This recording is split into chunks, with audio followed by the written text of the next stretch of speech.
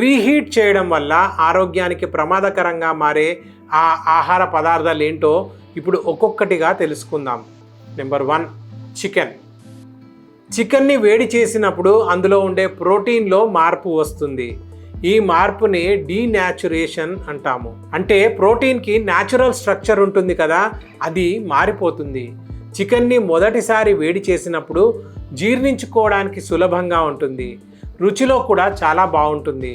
అయితే రెండోసారి దాన్ని వేడి చేసినప్పుడు ప్రోటీన్ స్ట్రక్చర్ మళ్ళీ మారడం మొదలవుతుంది. ఈ మార్పు మీ జీర్ణక్రియకి మంచిది కాదు. దీనివల్ల కడుపులో సమస్యలు తలెత్తొచ్చు, మీ గ్యాస్ ప్రాబ్లం పెరగొచ్చు, జీర్ణక్రియ దెబ్బతినొచ్చు. చికెన్ని రెండోసారి వేడి చేసినప్పుడు అందులో ఉండే అమైనో యాసిడ్స్ తగ్గిపోతాయి.